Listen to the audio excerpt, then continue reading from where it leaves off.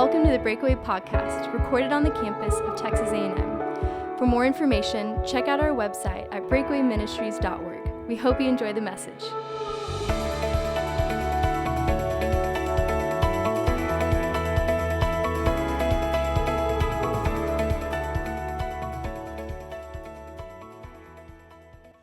Well, one thing I've learned over the years is that I love to quote movies. Like, it's one of those things where movie quotes will weave their way into normal conversation for me, and it really started back in college. For example, when I was in college, the most popular movie for my group of friends was a movie called Dumb and Dumber. And it saddens my heart that there are people in this room who have not seen that movie, and so let me just tell you what your plans are after Breakaway tonight. You're going to watch Dumb and Dumber, and then you're going to thank me for it later. But for example, I could run into a group of friends on campus just walking in between classes, and if there was ever a lull in the conversation, then someone might inevitably go, "Big gulp, say, well, see you later," and then they would just start walking. That's a quote from Dumb and Dumber. Clearly you haven't seen it, and that's your problem. That's on you. But then I graduated from college, and the movie called Napoleon Dynamite came out. And so there might be a time where one of us, my group of friends, is maybe talking about a girl that we like, and so we might find ourselves quoting Kip Dynamite. We might say, "She's got a sandy blonde hair, she's got a pretty good looking face. I guess you could say things are getting pretty serious."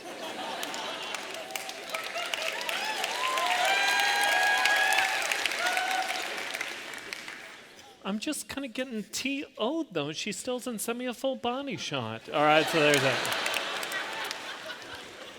So then Napoleon Dynamite died out, and kind of now that one of the main things I do is I stand on a stage and speak to people. One of the movies that has constantly found its way into my messages is the movie Braveheart, all right? And the second breakaway of the fall semester, I shared a quote from the movie Braveheart. And so right now, the second breakaway of the spring semester, I want to share with you the same quote. We're just going to make it a tradition. The second breakaway of every semester, you are going to hear this quote. And the reason I want to share it with you tonight is that this quote has everything to do with what we are talking about in the book of Ecclesiastes. There's this meaningful moment in Braveheart when William Wallace declares this. He says, "Every man dies, not every man really lives." Let me just say it for you one more time. Be sure you process it. He says, "Every man dies, not every man really lives." And I think it's a fascinating quote because in this quote, what William Wallace is suggesting is that dying is inevitable, but living is not. And the reason that quote will kind of hit home for many of us is because every single one of us, no matter who you are after the same thing. Every single one of us is ambitiously searching for satisfaction and fulfillment. This isn't a spiritual matter. That's not what I'm talking about. I'm just talking about reality. The reality for every single person in this room is that you are searching for satisfaction and fulfillment. That's what your soul longs for. No one here aims for mediocrity. No one here is content with just existing. We all long for, search for satisfaction and fulfillment. But what this quote prompts us to do is it prompts us to clarify where we must look to find satisfaction and fulfillment. Because if William Wallace is correct, then many of us will go through life seeking to be full. And in the end, we will find life to be frustratingly empty. See, it matters where you look to find satisfaction and fulfillment. The reality is that there are actually only two places that you can look for satisfaction and fulfillment. And one of those places will leave you frustratingly empty. And one of those places will get you to where you want to be, satisfied and fulfilled. The great news is that the book of Ecclesiastes, which for many of you, the book of Ecclesiastes isn't even on your radar. But in my opinion, there is no book in the Bible that is more applicable to the life of a college student than the book of Ecclesiastes. That's why I want to encourage you to be here at Breakaway every Tuesday night, because the truth you're going to hear from this book will hit you right where you are right now. But the beauty of this book is that it helps us navigate our way to the place where we want to be, satisfied and fulfilled. So if you have a Bible, I want you to turn with me to the book of Ecclesiastes. If you don't have a Bible, that is okay. We're going to show all the verses on the screen. But if you do have a Bible, turn with me. Ecclesiastes chapter 2.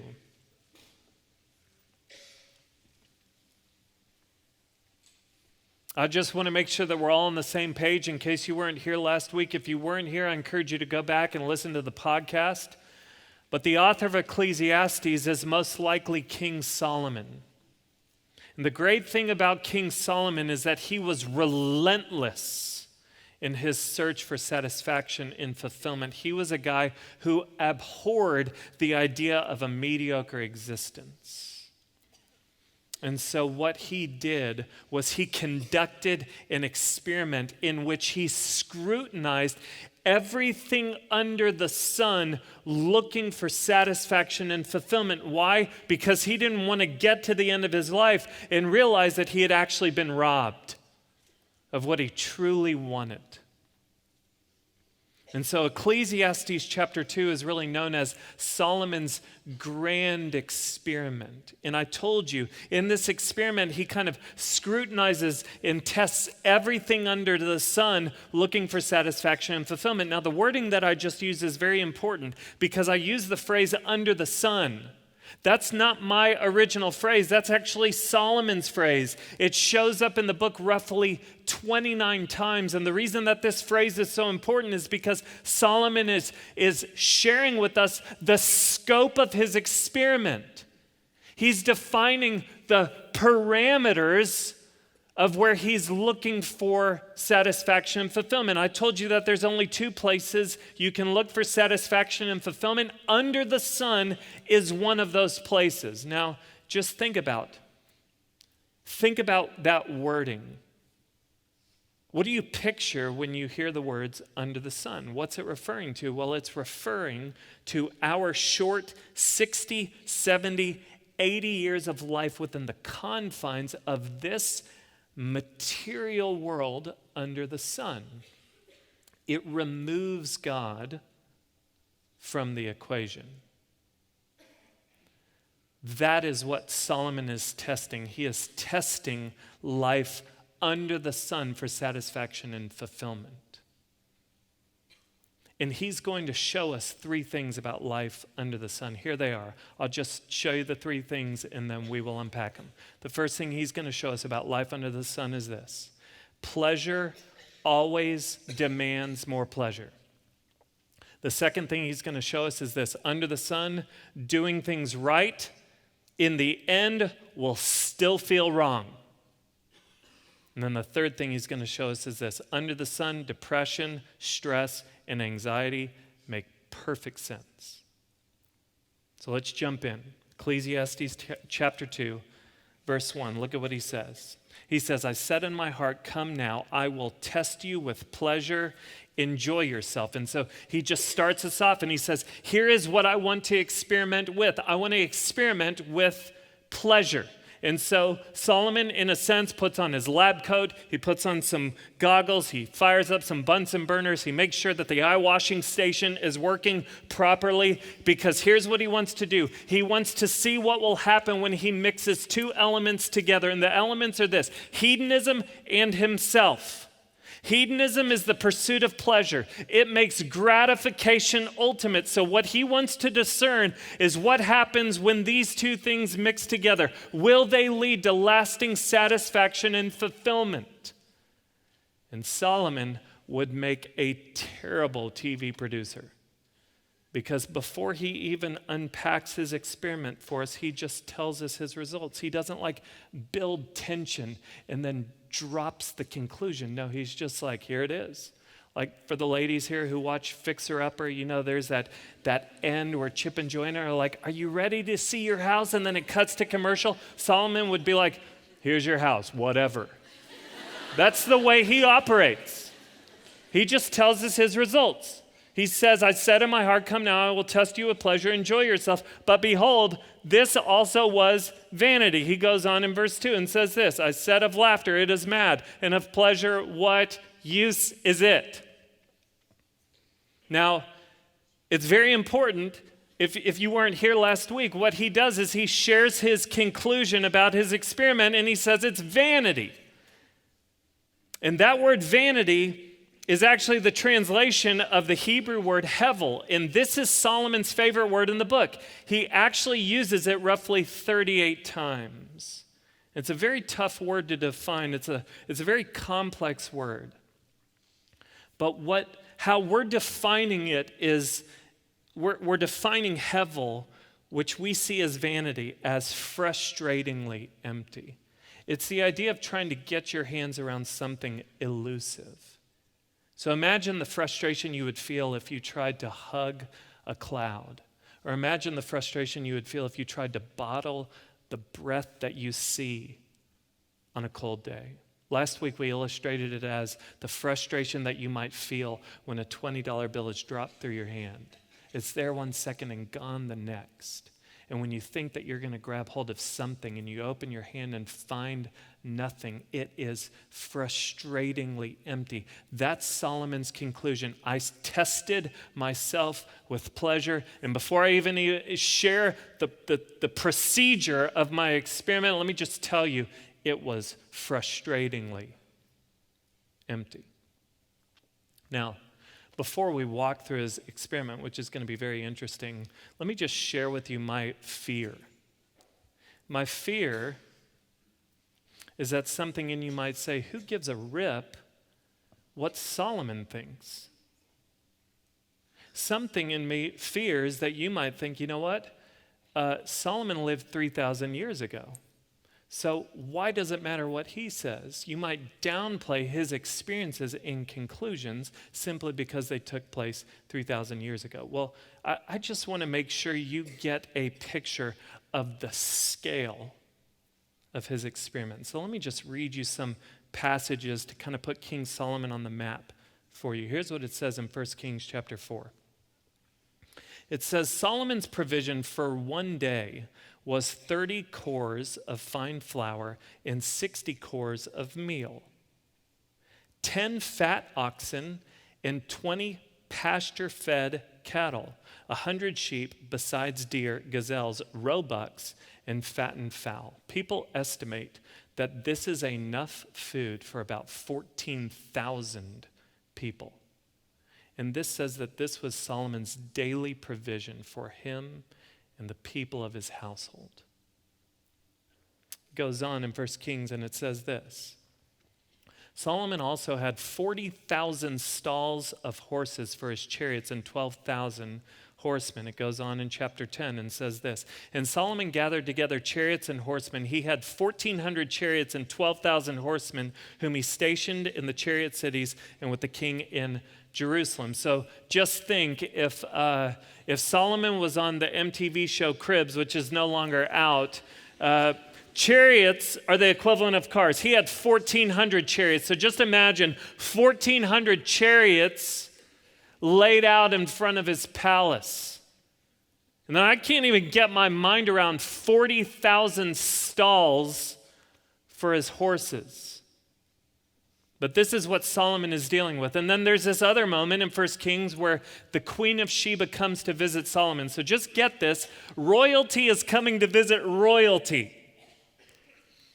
And this is the Queen of Sheba's conclusion about Solomon. She says this, and when the Queen of Sheba had seen all the wisdom of Solomon, the house that he had built, the food of his table, the seating of his officials, and the attendance of his servants, their clothing, his cupbearers, and his burnt offerings that he offered at the house of the Lord, there was no more breath in her. Royalty is speechless at the sight of Solomon's whole nother level of royalty. So if you're tempted to kind of downplay Solomon's experiences or conclusions, let me just be clear, and I say this in complete love. In all aspects of life, Solomon did it better than you. And I say that in love. And I'm talking about myself too. In all aspects of life, Solomon did it better than you ever will. Period. So let's look into his experiment. And let me just say this before we go any further. And I said this last week, but I just got to warn you, as we unpack this passage tonight, there's this tendency for it to feel very depressing. I just need you to know the goal isn't to depress you, it's actually to liberate you. It really is. It's not to depress you, it's to direct you. So don't despair. Don't get lost under the heaviness of this passage, because there will be hope.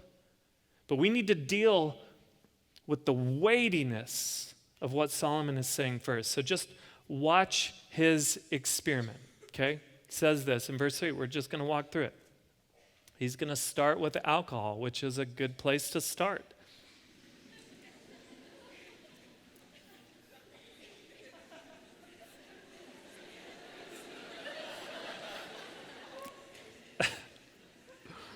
Thank you for the whoop. Okay, he said, I searched with my heart how to cheer my body with wine, my heart still guiding me with wisdom, and how to lay hold on folly till I might see what was good for the children of man to do under heaven during the few days of their life. So just listen to what he's saying. He starts with alcohol, and he says, I look out at what everyone is doing to be happy and satisfied and fulfilled, and alcohol seems to make people very happy. When people have enough alcohol, when they get wasted, they appear to be very, very happy. And so he starts with alcohol. And let's just draw some distinctions between the way Solomon parties and the way that you party. If you party, you bring in the cheap stuff. You stroll in with a dirty 30 of Natty Light or Keystone or some Burnett's vodka. Okay, Solomon rolls in barrels of the finest wine from his own private vineyards. When you party, you and your friends might drink out of red Solo cups. When Solomon partied with his friends, they drank out of gold-plated goblets. When you and your friends party, you play music on a playlist through some janky sound system. When Solomon partied, he had JT, Bruno Mars, and T-Swift on retainer. On retainer.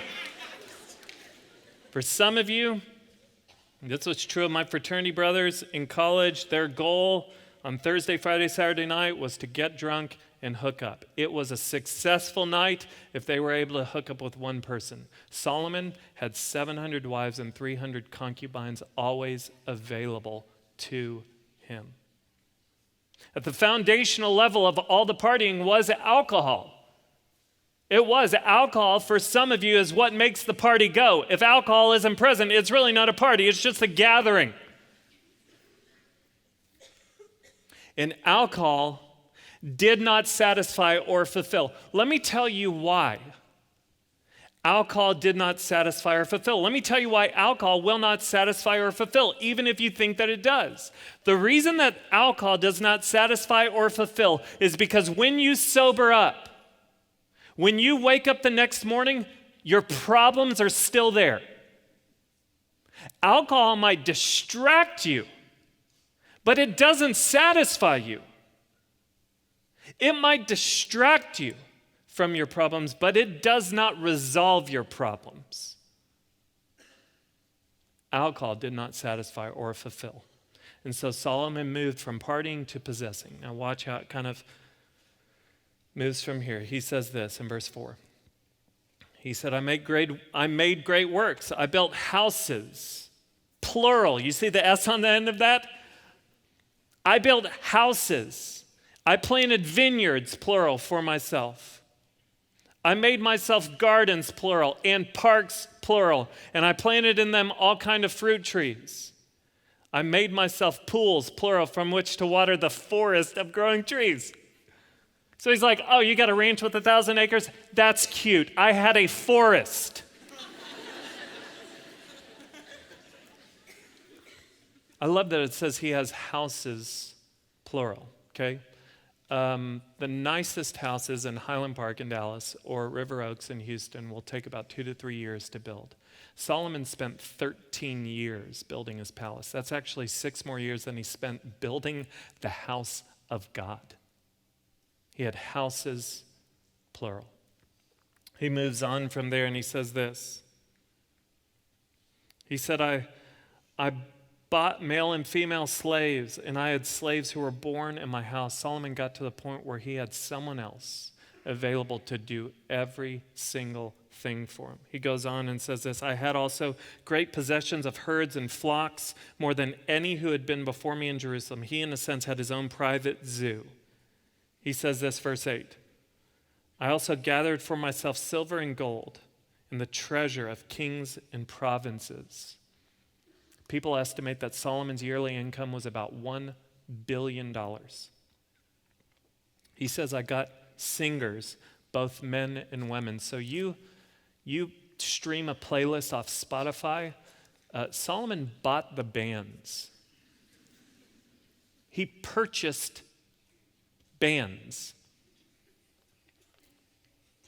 He said he had many concubines. We've already talked about 700 wives, 300 concubines, the delight of the sons of men. He goes on, verse 9. So I became great and surpassed all who were before me in Jerusalem. Can you imagine that? He climbed to the top of the corporate ladder. There was nowhere else to go. He had the greatest, most significant title in the entire world. There was nowhere else to go. Status, he was at the top of it. Significance, he had it.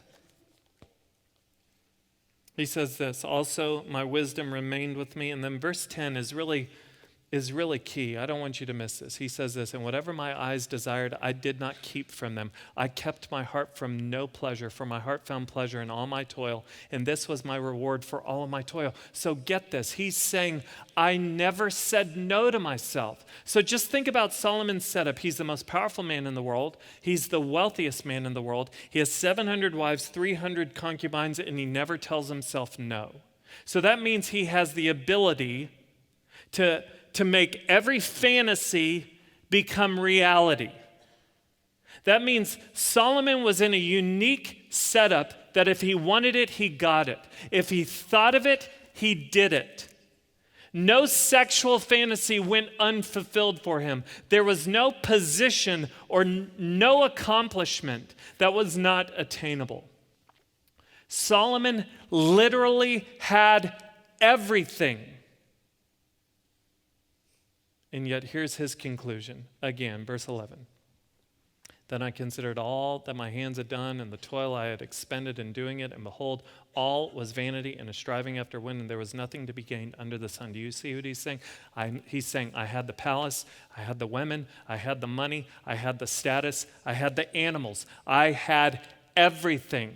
And in the midst of having everything, I felt like I had nothing, because the one thing that I truly wanted, which was satisfaction and fulfillment, it evaded me. Now let me just ask you, I'm just asking you to be honest right now. If you spend your life looking for life under the sun, what makes you think that your life will end up any differently than Solomon's? Solomon literally had everything. In all aspects of life, he did do life better than you could ever do it. And his conclusion was, my life was frustratingly empty. Satisfaction and fulfillment, it evaded me. What makes you think that you will somehow crack some aspect of life to get something out of it that Solomon didn't? It's not possible. And let me tell you why. You want to know why Solomon got to the end and looked back at all he had and realized in the midst of having everything, he had nothing? Here's why. And my pastor friend JP helped me see this. Pleasure always demands more pleasure. Pleasure always demands more pleasure. It does. That's why on December 25th, Christmas Day, maybe you got tons of great stuff, yet at the end of the day, you still felt sad or a little depressed. Why? Because you realized that the next Christmas was now 364 days away.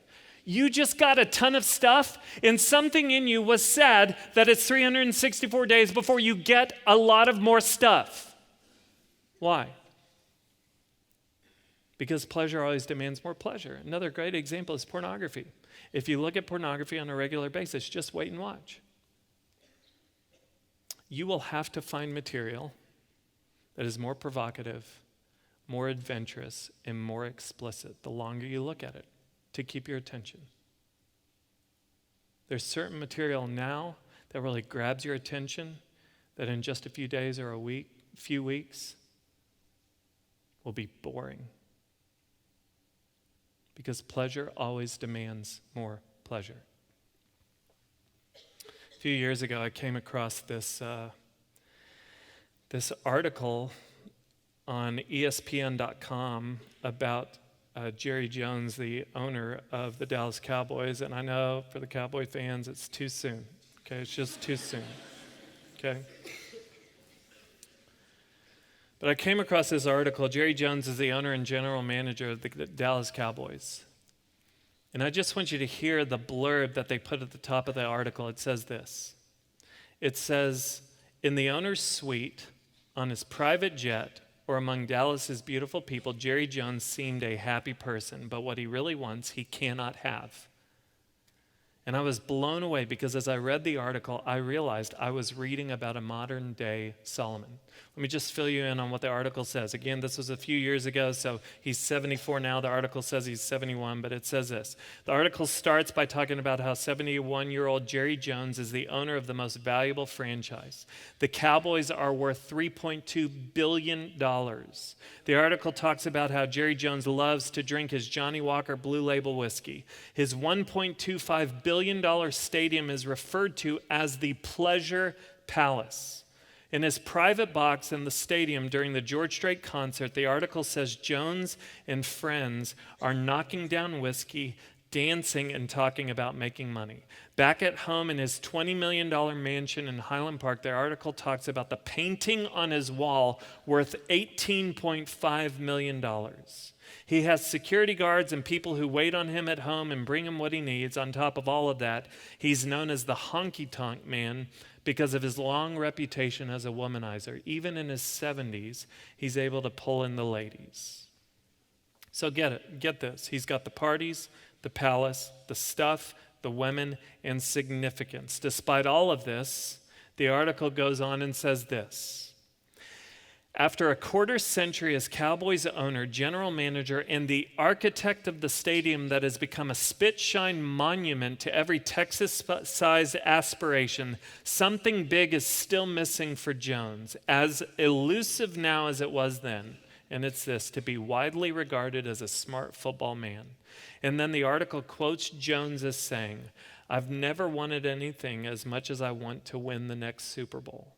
Jones says, smiling, you wouldn't want to see the size of the check that I would write if it would for sure get the Dallas Cowboys a Super Bowl. The only thing he wants most is the only thing he can't buy. Now, here's the funny thing about all of this. Jerry Jones already has 3 Super Bowl rings with the Dallas Cowboys. But pleasure always demands more pleasure. And the more you have, the more you want. Let me just tell you something, and I want all eyes on me. Please don't miss this. This is extremely important. Some of you are going to live very predictable lives. 30 years from now, you're going to be able to look back to this night, and you're going to be able to say, that guy predicted my life 30 years ago to a T. What you're going to do is you're going to party your way through college, and then after you graduate, you're going to really make something of yourself. You're going to work your butt off, but you're going to make a lot of money. And you're going to get a great job title. And you're going to rise to the top of some company, or you're going to be a great entrepreneur, and you're going to be able to work something out to where you're really bringing it in. And people are really going to respect you, and people are going to mention your name. Some of you will get on elevators, and people on that elevator will feel intimidated to be sharing an elevator with you. Others will feel privileged to get 30 minutes of your time. And some of you are going to have really nice cars, and you're going to have multiple homes, whether it's a big house in Houston and a lake house out at LBJ or a ski snowboard house in Beaver Creek. You're going to have multiple homes. Some of you guys are going to have season tickets in Kyle Field, maybe even a suite. And then many of you are going to have people who do everything for you. They're going to cook all your meals and clean your home and manicure your landscape and do all of your work for you. And in the end, it still won't be enough. And in the midst of having everything, you're still going to feel like you have nothing, because the one thing you want, which is satisfaction and fulfillment, will feel very elusive to you. And the reason that I can confidently say that that will be your future is because you will look to pleasure for satisfaction and fulfillment, but pleasure always demands more pleasure. Pleasure is insatiable. It is. Now, Solomon's experiment takes an interesting turn. And this is a very good turn for people in this room, because some of y'all weren't really tracking with the vodka or the dirty 30 or anything like that. You kind of don't understand that language. So this is good, because you're a goody-goody and you're a rule follower, and now we're kind of speaking your language. So this is just beautiful, okay? And what Solomon is going to show you guys here right now is this: doing things right, under the sun, doing things right will in the end still feel wrong. So watch this. Look at what he says. Verse 12. He says, "So I turned to consider wisdom in madness and folly. For what can the man do who comes after the king? Only what has already been done. Then I saw that there is more gain in wisdom than in folly, as there is more gain in light than in darkness. The wise person has his eyes in his head, but the fool walks in darkness." And so this is great, because Solomon reaches a point where he kind of gets tired of hangovers. He gets tired of waking up in the middle of his forest wondering how he even got there. And so what he does is he just he settles down and he begins to think, you know what if I walk wisely? What if I live responsibly? Maybe that's where true satisfaction and fulfillment is found. Getting to the end of my life, looking back and just saying, I lived well. And he goes on, and here's his conclusion. He says, "And yet I perceive that the same event happens to all of them. Then I said in my heart, what happens to the fool will happen to me also. Why then have I been so very wise? And I said in my heart that this also is vanity. For of the wise as of the fool there is no enduring remembrance, seeing that in the days to come all will have been long forgotten. How the wise dies just like the fool." Do you hear what he's saying? He's saying you can do life right. You can be responsible. You can live without debt. You can put money in savings. You can not sleep around. You can drink in moderation. You can go to bed early. You can eat well, exercise, and take your vitamins. But in the end, what's the point? What is the point? Because you get to the end and there is no one there hosting a reward ceremony, passing out medals for most moral, most responsible, most conservative, and most disciplined. They're saying you get to the end and everyone gets the same reward, a box in the ground. So what's the point? And then, as if it's not depressing enough,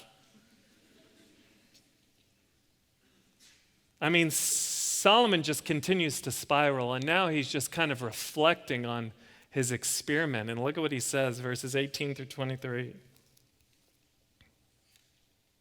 He says, "I hated all my toil in which I toil under the sun, seeing that I must leave it to the man who will come after me. And who knows whether he will be wise or a fool, yet he will be master of all for which I toiled and used my wisdom under the sun.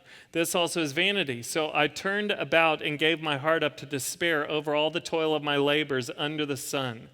Because sometimes a person who has toiled with wisdom and knowledge and skill must leave everything to be enjoyed by someone who did not toil for it. This also is vanity and a great evil. What has a man from all the toil and striving of heart with which he toils beneath the sun? For all his days are full of sorrow, and his work is a vexation. Even in the night his heart does not rest. This also is vanity." Do you see what he's saying? I'm so grateful for the Bible because it gets us. This could have been written close to 3,000 years ago, And it's still speaking to the same emotions that many people in this room feel and countless people around the world feel. What Solomon is showing here is under the sun, depression, stress, and anxiety make perfect sense. Do you see it? We see these emotions show up. It uses the words despair and sorrow, and then right there at the end it says, even in the night his heart does not rest. That's Solomon having a sleepless night. And it makes perfect sense. Because he's saying you work your butt off, you achieve and accumulate everything that's offered under the sun, and then you get to the departure gate of death, and you realize that there is no checked or carry-on bags allowed. You leave this life just as you entered it, empty-handed. And that's depressing after you've just spent 30, 40 years accumulating and accomplishing. And then he continues to think about it. He's like, you know what? I worked 30 to 40 years for all of this. And when I die, it just gets handed to someone else, and who knows what he or she will do with it. That which took 30 to 40 years to accumulate can be liquidated and gambled away in Vegas overnight. And that causes stress and anxiety.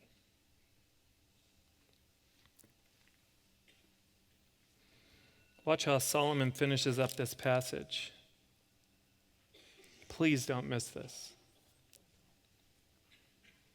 Verse 24, he says, there's nothing better for a person than that he should eat and drink and find enjoyment in his toil. Watch this. This also I saw is from the hand of God. For apart from him, who can eat and who can have enjoyment? For to the one who pleases him, God has given wisdom and knowledge and joy. But to the sinner, he has given the business of gathering and collecting only to give it to one who pleases God. This also is vanity and a striving after wind. So let me just tell you what's happening here. I'll put it this way, okay? I don't know if you've ever flown on an airplane when you have a head cold or you're congested. But it can be kind of miserable because you get on the plane and you begin to ascend. And as you do, pressure kind of builds in your ears. I don't know if you've ever felt that feeling where pressure kind of builds in your ears. And so you find yourself trying to do something about it. You're chewing gum. You're kind of cocking your jaw back, trying to get something to kind of open up. Maybe you're pinching your nose and just trying to get some relief. The pressure builds and builds and builds. And then finally, this glorious moment comes where there's a pop. And then there's a release. Do you know that feeling? That moment where just in a split second, your ears open up and you hear clearly. And you can think clearly. That's what's happening in this passage. For 23 verses, Solomon builds the pressure. He wants you to be uncomfortable. He wants it to be something that just gets down in you and makes you miserable. Why? So then in verse 24, there can be a pop. And you realize that he hasn't meant to depress you. He's planned to liberate you and direct you from looking for life under the sun to looking for life beyond the sun. Do you see what Solomon is saying? He's saying joy is possible. Satisfaction is possible. Fulfillment is possible, but it won't be found under the sun. You're going to have to redirect your gaze beyond the sun. Blaise Pascal put it this way. He said, there is a God-shaped vacuum in the heart of every man. You hear what that's saying? There is a God-shaped vacuum in the heart of every man which cannot be filled by any created thing, but only by God, the Creator, made known through Jesus. That's why Jesus' words in John chapter 10, verse 10, we read it last week. We'll read it again tonight. They're so significant. They have everything to do with what we're talking about. Jesus says this, the thief comes only to steal and kill and destroy. I have come that they may have life and have it to the full. He's saying the sole reason that I stepped out of heaven and into earth was so that I could come from beyond the sun to give life to those who realize that satisfaction and fulfillment cannot be found under the sun. This is who Jesus is. He has come that you might have life, that you might know satisfaction, that you might know fulfillment.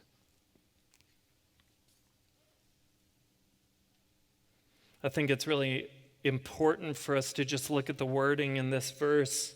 He says there is nothing better for a person in verse 24 that he should eat and drink and find enjoyment in his toil. Now watch this. He says, this also I saw is from the hand of God. Do you see what he's saying? He's saying pleasure is not a bad thing. It's actually a God thing. Joy, pleasure, that's actually a gift from God. You know what our problem is? Our problem is we make that which is a gift from God out to be God. And instead of seeing pleasure as a gift, we see pleasure as a God. That's why life can be frustratingly empty. Because when you make something out to be a God that is not a God, the only natural result is disappointment and emptiness. Why? Because you're asking something to do what it was not created to do.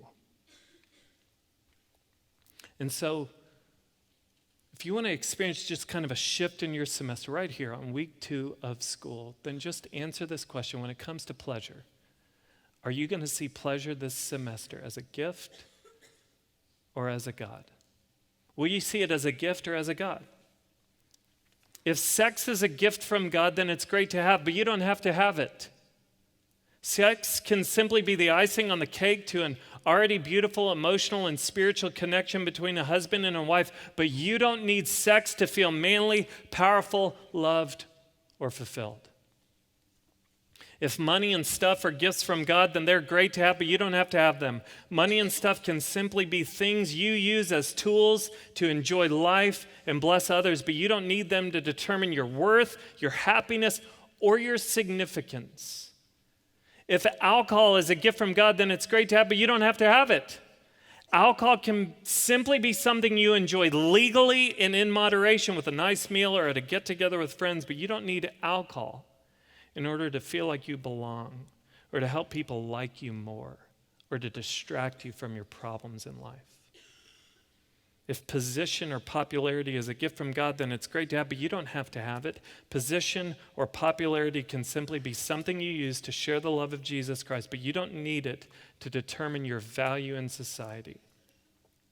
When you make something out to be God that is not God, the result will always be disappointment and emptiness. There is only one worthy of being your God, and his name is Jesus Christ. We just sang about him, but just to remind you, he is our author, our maker, our ransom, our savior, our refuge, our hiding place. He's our helper, our healer, our blessed redeemer, our answer, our saving grace. He's our hope in the shadows. He's our strength in the battle. He's our anchor for all of our days. He stands by our side. He stood in our place. Jesus, no other name. There is no one else worthy of being God in your life than Jesus Christ. Jesus Christ is the only one who made payment for your sins. Jesus Christ is the only one who conquered the grave. Jesus Christ is the only one who has ascended to the right hand of the Father and is seated and ruling and reigning as the King of Kings and the Lord of Lords for all of eternity. Jesus is the one and only one who will get you from here to there to spend eternity with God in his presence. There is no one worthy of being God in your life except Jesus Christ. Do you know him? If not, the invitation tonight is simply to come. I'll close by saying this. A few years ago, my wife and I, we went and saw a movie in the theaters, and the movie was called Boyhood. Many of you might have seen the movie. It was a very fascinating movie because the TV producers, or the movie producers basically filmed the same group of actors and actresses for 11 years straight. And so you got to see this boy literally grow up on screen, and it portrayed his life between the ages of 7 and 18. And there's this moment in the movie towards the end where his mom kind of has an emotional breakdown. She just kind of bursts into tears, and she begins to look back on kind of some highlights in her life. And here's what she says. She says, there was the moment that your sister was born, and then there was the day that you were born, and then there was the day that I graduated college, and then there was the day that I got my great job. But now what's left for me? Now what's ahead for me? All that's left for me is the day of my funeral. And then she says this line which just pierced my heart. She said this, I just thought that there would be more. You know what that is? That's the statement of someone who has gone through life and never truly lived. See, every man dies, not every man really lives. What's going to prevent you from getting to the end of your life and looking back and declaring, I just thought that there would be more? There's only one place to look for life. It's not under the sun. It's beyond the sun. The answer is Jesus Christ. Let's pray together.